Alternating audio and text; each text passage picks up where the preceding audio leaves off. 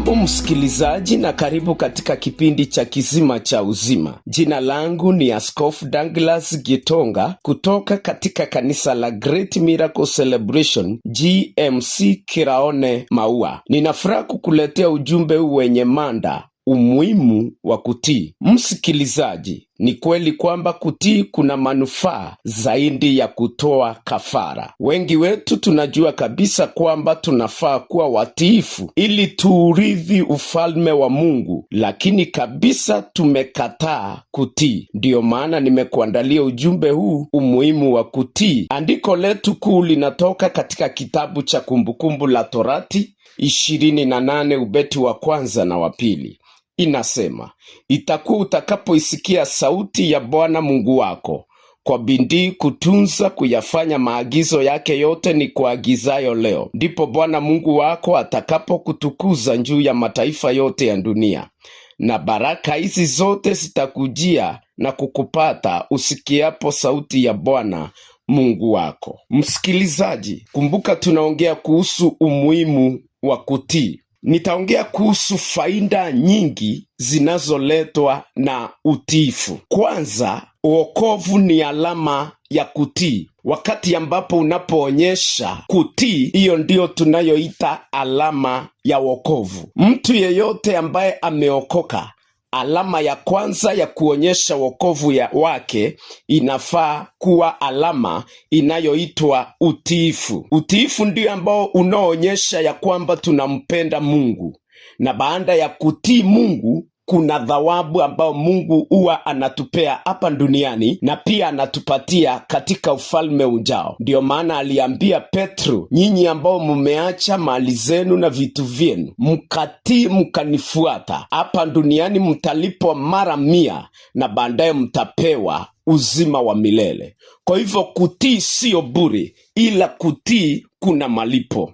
Na kuna watu wengi wamefanikiwa katika maisha na mafanikio yao yametoka katika kutii. Ukiona mtu amefanikiwa na anaishi maisha yaliyo bora, ukimchunguza atakuonyesha baadhi ya mambo mengi aliyotii na aliyoyafanya yanayoonyesha utiifu. Na tunapoongea pia kuhusu kutii, njia ya kutii ni kuabudu Mungu.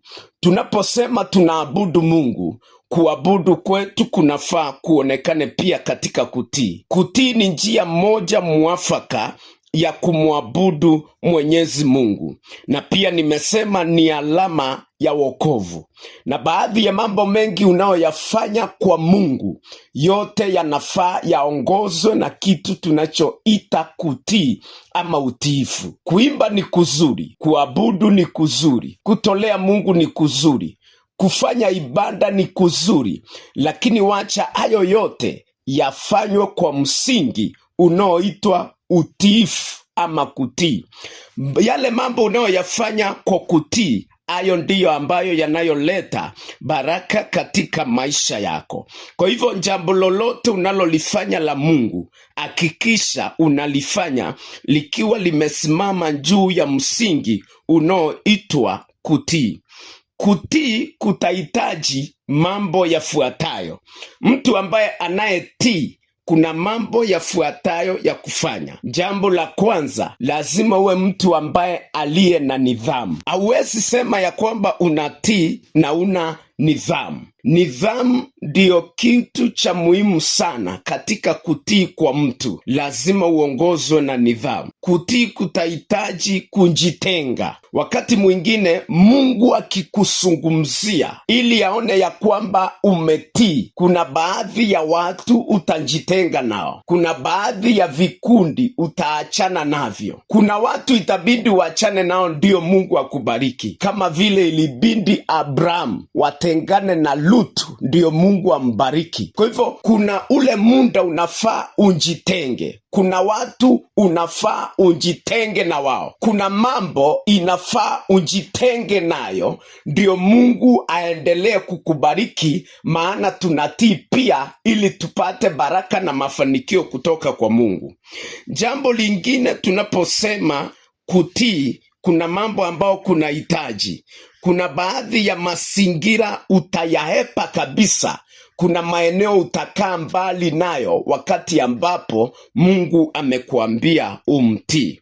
Na tumesema kutii sio adhabu unapewa, lakini kutii kunaleta mafanikio katika maisha yako. Kuna baadhi ya watu wengi ambao wamefanikiwa kwa ajili ya kutii, na ndiyo maana kile kitabu tumesoma cha Kumbukumbu la Torati 20 mlango wa 1, Biblia imetuambia tutakapoisikia sauti ya Bwana Mungu kwa bidii na tutii hiyo sauti na yale maagizo ambayo Mungu anayotuagiza leo, ndipo hizi baraka zitatufuata katika maisha yetu. Kuna baraka haziwezi kuja mpaka wakati utakapoingia katika mkataba wa kumtii Mungu. Baraka kama kubarikiwa mashambani, kubarikiwa mjini, kubarikiwa uingiapo na utokapo, kubarikiwa katika kazi za mikono yako. Tumeambiwa hizo baraka zinakuja ghafla tu wakati ambapo mtu ameingia katika mkataba wa kumtii Mungu. Adui atakutokea kwa njia moja, lakini Mungu atatorosha adui zako kwa njia 7. Yaani watakuja kwa njia moja, watatoroka kwa njia 7 wakiwa wamechanganyikiwa. Kwa hivyo kuna maadui ambao hawawezi wakashindwa katika maisha yako, hata ukiomba washindwe, mpaka ile siku ambayo utakayoonyesha Mungu ya kwamba unamtii. Na kuna maadui watapigwa bila kuambia Mungu awapige, kwa sababu Mungu ameona ya kwamba umetii. Kuna magonjwa ambayo huwa yanaletwa kwa maisha yetu kwa sababu tumetenda dhambi. Ndiyo maana Yesu akiponya wagonjwa, kuna wale aliambia nenda, imani yako imekuponya. Wengine akaambia nenda, lakini usitende dhambi tena. Kumaanisha kuna magonjwa yalikuja kwa sababu ya dhambi, kwa sababu mtu akutii Mungu. Tukitii Mungu, kuna magonjwa yanapona hata bila kuombewa. Kuna laana zinaondoka bila kuambiwa siondoke tukishatii Mungu. Ndiyo maana kitabu cha Kumbukumbu la Torati kimetuambia utabarikiwa utakapoisikia sauti ya Bwana Mungu wako, kuitunza na kuitii hiyo sauti.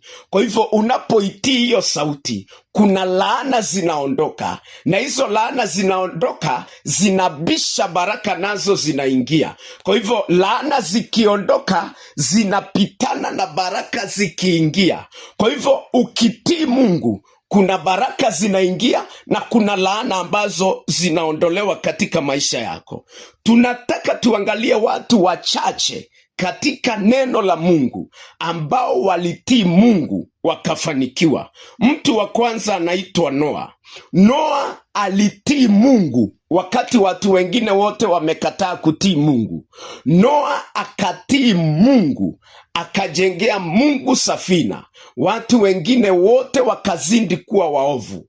Na wakati ambapo Noa alipomtii Mungu akajenga safina, aliingia yeye na jamaa yake, wakaingia yeye na familia yake. Wale watu wengine wote wakasombwa na mafuriko, wakamalizwa, lakini Nuhu akaokolewa yeye na familia yake. Mbona akaokolewa? Ni kwa sababu aliingia katika mkataba wa kutii Mungu. Nuhu aliokolewa na gharika kwa sababu ya kutii Mungu. Wakati ambapo unapotii Mungu, msikilizaji, kuna gharika Mungu atakuokoa nayo. Gharika inaweza kuja ili wasukume wengi, lakini nayo itofautisha wale ambao waliokuwa wanatii Mungu, iwaweke kando. Wale ambao walikuwa wanatii Mungu, gharika inawapita, inamaliza wale wengine. Katika maisha yetu tunayoishi, kuna gharika za tofauti tofauti katika maisha, na zingine zinazokuja zinasomba wale ambao wamekataa kutii Mungu, lakini wale ambao wametii Mungu wanaokolewa, kama vile Nuhu alivyookolewa katika ile safina, ile gharika wakati ilipotokea. Mtu wa pili tunayemuona anapata mafanikio ya kumtii Mungu ni mtu ambaye anaitwa Abrahamu. Abrahamu aliambiwa na Mungu, toka katika nchi yako, nyumba ya baba yako, uende katika nchi ambayo nitakayokuonyesha, na mimi nitakubariki.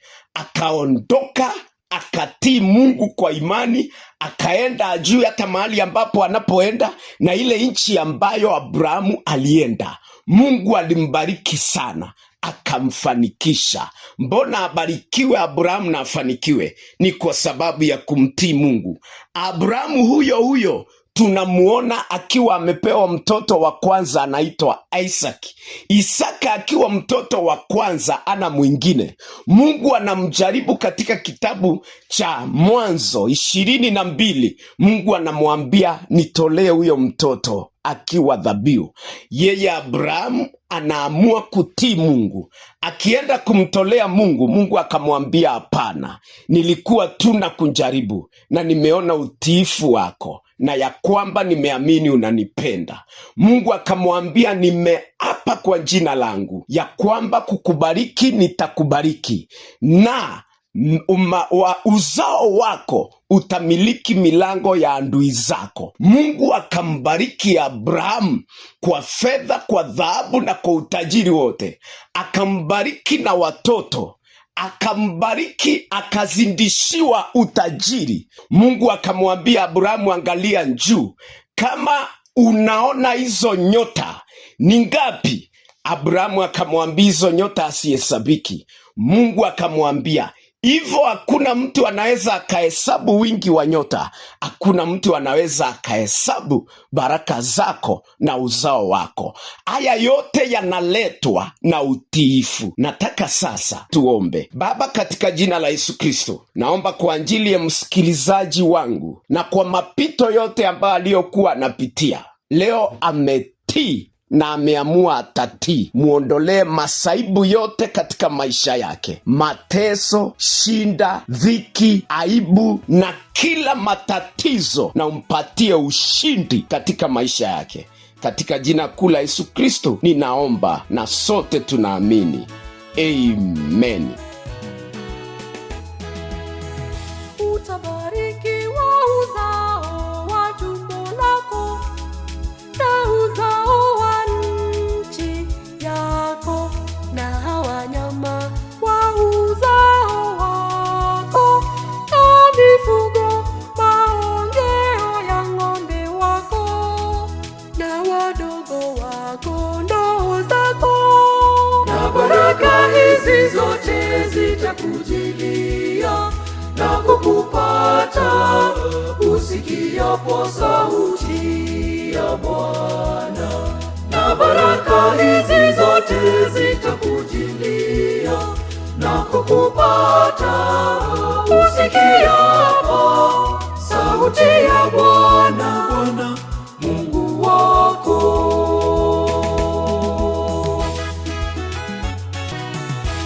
Litabarikiwa kapu lako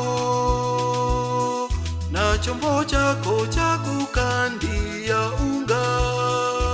Utabarikiwa uingiapo, utabarikiwa na utokapo. Na baraka hizi zote zitakujilia na kukupata usikiapo sauti ya Bwana.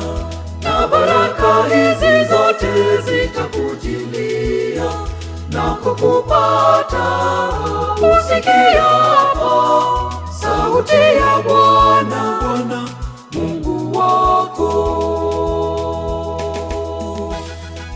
Huyo ni mwimbaji, jina lake Njisu. Ni wimbo baraka za utiifu, ambao unatujulisha kwamba tunapokuwa watiifu, baraka za Mwenyezi Mungu zinatufuata kila wakati. Ni wimbo ambao unatufikisha mwisho wa kipindi cha Kisima cha Uzima. Kwa niaba ya mtayarishi wa kipindi hiki Judy Mng'ori, mimi ni Askofu Douglas Gitonga kutoka katika kanisa la GMC Kiraone Maua. Mungu akubariki na akupe moyo wa kumtii nyakati zote. Amen.